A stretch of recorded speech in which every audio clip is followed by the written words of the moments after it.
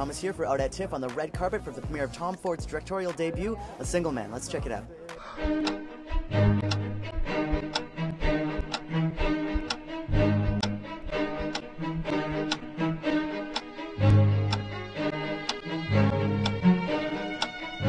The world knows me as a fashion designer. They know a certain image, they know a certain slick style. That's a part of me, certainly, but it's not really, you know, I'm quite shy.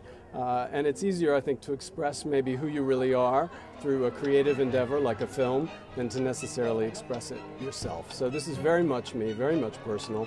I've always wanted to make films. It's something that's, you know, very, very important to me. It's not a lark. I hope this will be the first of many. Whereas fashion for me is an artistic but commercial endeavor. Film for me is really a pure expression. Obviously you hope people will see your film, otherwise you're not reaching anyone, you're not communicating, but this is the most pure expression, artistic expression that I've ever put out into the world. Julianne, you look absolutely gorgeous tonight. Now you've taken on a lot of roles that in movies that take on sexuality in a really interesting and usually unique way. Is that something as an actress you're interested in, movies that kind of take sexuality out of the box? I'm interested in behavior and psychology, and I think that the films that I've done that have been, you know, really compelling to me are really about who we are and how we relate to other people. Now, Colin, you've always been seen as a romantic lead, you know, to the ladies. How did you apply this to a gay context? Was it difficult for you? How did you? It's exactly the same. I mean, love is love, a human is a human, a relationship is a relationship. You don't change any part of your humanity because your partner happens to be of one sex or another. It made absolutely no difference to me whatsoever. You know, playing gay and playing straight are, I mean, they're completely irrelevant. What attracted you to the part?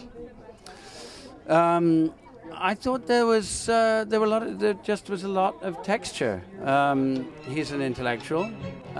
He's depressed. He's desperate. He's capable of moments of great joy. We see him drunk. We see him frivolous. We see him reserved and stiff. We see him angry, and all that's in the space of one day. And I thought that was an absolutely fascinating challenge. I had no idea what I was stepping into, really. I knew I was in the hands of a man who was brilliant, but he'd never made a film before, and he was putting an enormous amount of trust in me.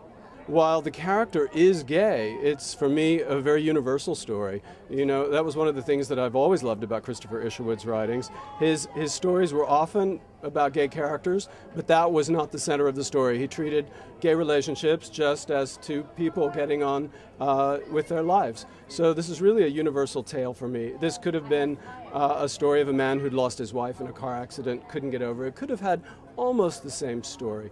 I am gay, so of course those things, I often forget that I'm gay. I have no issue with it. So, you know, for me it was just a natural story about two people that are in love.